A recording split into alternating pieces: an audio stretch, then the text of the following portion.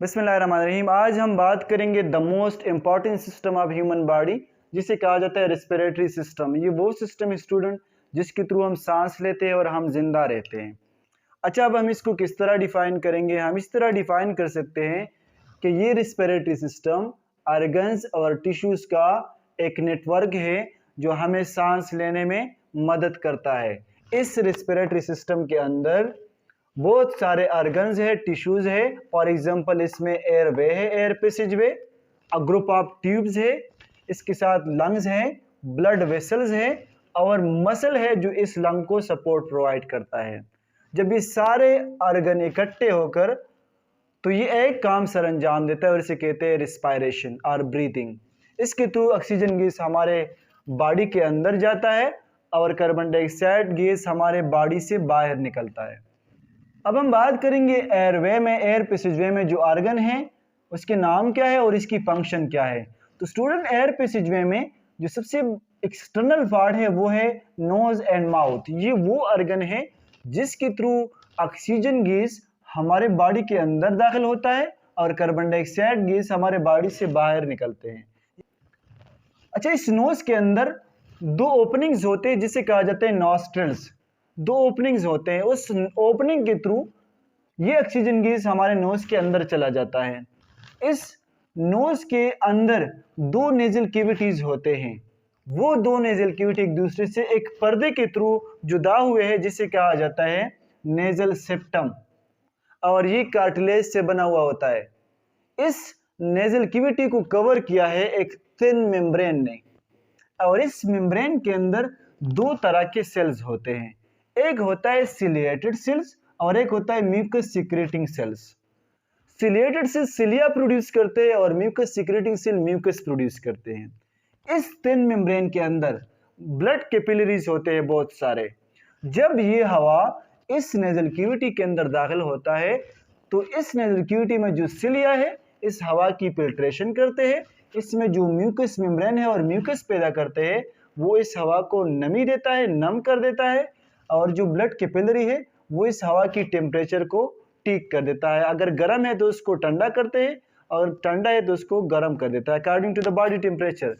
आप लोगों ने देखा होगा कि जब गर्मियाँ होती है तो सबसे पहला पसीना जो है वो नोज पर आता है और सर्दी में सबसे ज़्यादा सर्दी जो है नोज की होती है। अच्छा, जब ये हवा इस नेजल कैविटी से पास हो जाता है तो यहाँ पर हमारे बॉडी में पेस के अंदर छोटे छोटे होल्स होते हैं जिसे कहा जाता है साइनसेस। चार तरह के साइनसेस होते हैं। एक होते हैं फ्रंटल साइनस, यहाँ पर मौजूद होते हैं फोरहेड में।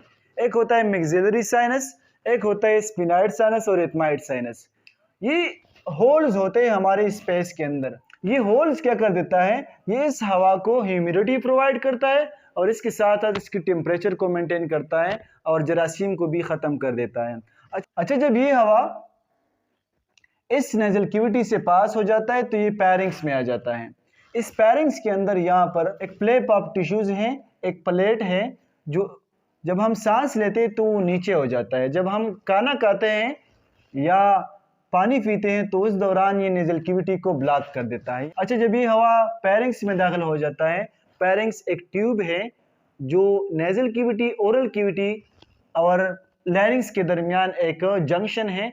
अच्छा, इस पैरिंग्स की तीन टाइप्स होते हैं। एक वो पैरिंग्स हैं जो नेजल कैविटी के सामने है, उसे कहते हैं नेजोपैरिंग्स।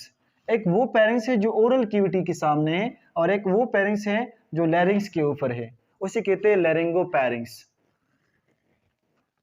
इस पैरिंग्स के बाद ये हवा एंटर होता है इनटू द लैरिंग्स में।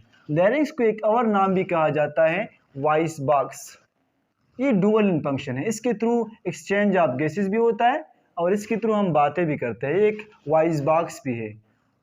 इस वॉइस बॉक्स, ये एक स्मॉल सेगमेंट है 2 सेंटीमीटर का, इसको कवर किया है थायराइड कार्टिलेज ने। अगर इसकी हम यहाँ पर इसको इनलार्ज कर फ्रंटल व्यू से देख ले तो इसकी स्ट्रक्चर कुछ इसी तरह होता है, सर्कुलर फॉर्म, और इसमें दो प्लेट ऑफ टिश्यूज होते हैं जिसे कहा जाता है वोकल कॉर्ड। जब हम सांस बाहर निकालते हैं बॉडी से तो उस दौरान ये बैंड्स ऑफ मसल जो है इसमें वाइब्रेशन प्रोड्यूस होता है और इससे साउंड पैदा होता है, लेकिन वो साउंड जो है क्लियर साउंड नहीं होता। जब वो साउंड बाहर निकलता है, पैरिंग्स में आ जाता है, इस कैविटी में आ जाता है, और इसके साथ साथ टंग और टीथ ये और लिप्स ये सारे मिल जाते हैं, तो फिर एक खास साउंड जो है प्रोड्यूस हो जाता है। और इसके साथ साथ और भी मसल्स होते हैं जिसे कहा जाता है पार्जुकल कार्ड। इस स्ट्रक्चर में जो ओपनिंग आपको नजर आ रहा है इसे कहते हैं ग्लोटिस, और इस ओपनिंग के ऊपर एक प्लेप ऑफ टिश्यूज है जिसे कहा जाता है एपिग्लोटिस। जब हम सांस लेते हैं तो ये लैरिंक्स जो है ये नीचे होता है और ये ट्यूब ओपन होता है, सांस अंदर जाता है लंग्स में। जब हम खाना खाते हैं या पानी पीते हैं ये लैरिंक्स थोड़ा ऊपर हो जाता है और ये ट्यूब बंद हो जाता है। पानी है या खाना है वो हमारे फूड के नाली में आ जाता है। अच्छा, जब ये हवा लैरिंक्स से पास हो जाता है तो ये एंटर हो जाता है इनटू द ट्रेकिया। ट्रेकिया एक 10 सेंटीमीटर लॉन्ग ट्यूब है और इसके अंदर हाफ कार्टिलेज रिंग्स होते हैं जिसे सी शेप रिंग भी कहा जाता है यार, हार्ट सी शेप रिंग भी कहा जाता है। इस ट्रेकिया के अंदर दो तरह के सेल्स होते हैं, एक होता है म्यूकस सीक्रेटिंग सेल जिस तरह नोज में था, और एक होता है सिलिएटेड सेल्स। सिलिया भी मौजूद होते हैं और म्यूकस भी मौजूद होते हैं। जब ये हवा इस ट्रेकिया के अंदर दाखिल हो जाता है तो यहाँ पर इसकी सफाई भी हो जाता है, सिलिया इसको फिल्टर कर देता है और म्यूकस इसको नमी प्रोवाइड कर देता है। इसके बाद ये ट्रेकिया डिवाइड होता है 2 ब्रांचेस में, एक ब्रांच राइट लंग्स में एंटर हो जाता है और एक ब्रांच लेफ्ट लंग्स में। यहाँ पर एक कार्टिलेज होता है जिसे कहा जाता है करीना। इन दोनों ब्रांचेस को कहा जाता है ब्रोंकाई। जो ब्रांच लेफ्ट लंग में चला जाता है उसे कहते हैं लेफ्ट ब्रोंकस, और जो राइट लंग में चला जाता है उसे कहते हैं राइट ब्रोंकस। अच्छा, ये ब्रोंकस जो है फर्दर डिवाइड होता है। इस पहले ब्रांच को नाम दिया जाता है प्राइमरी ब्रोंकाई, जो दूसरा ब्रांच निकलते हैं इसे कहते हैं सेकेंडरी ब्रोंकाई, जो तीसरा निकलते हैं इसे कहते हैं टर्शरी ब्रोंकाई। यहाँ पर ये 3 तरह के ब्रोंकाई हैं। इन तमाम ब्रोंकाई में जितने भी किस्में हैं इसके अंदर ये कार्टिलेज रिंग्स मौजूद होते हैं।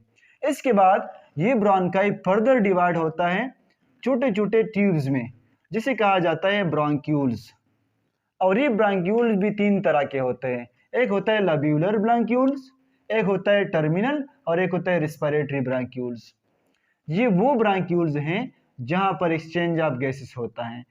इस ब्रोंकाई और ब्रोंक्यूल में फर्क ये है इसकी डायमीटर जो है ज्यादा होता है और इसकी कम होता है। इसके अंदर कार्टिलेज रिंग्स मौजूद होते हैं और इसके अंदर मौजूद नहीं होते। अच्छा, अब ये ब्रोंक्यूल जो है रेस्पिरेटरी ब्रोंक्यूल्स ये एंड होता है a bunch of air sacs पर। यहाँ पर छोटे छोटे एयर सैक्स होते हैं जिसे कहा जाता है एल्वेलाई, और इस एल्वेलाई के इर्द गिर्द ब्लड कैपिलरीज होते हैं। ह्यूमन लंग्स के अंदर तकरीबन 600 मिलियन एयर सैक्स होता है। अगर हम इसको बाहर निकाल लें और इसको जमीन पर बिछा दें तो ये टेनिस कोर्ट जितना जगह है वो इन सारे जगह को ये घेर लेगा। तो ये था रेस्पिरेटरी एयरवे और एयर पैसेजवे। इसके बाद 2 लंग्स होता है रेस्पिरेटरी सिस्टम में, एक होता है राइट लंग और एक होता है लेफ्ट लंग।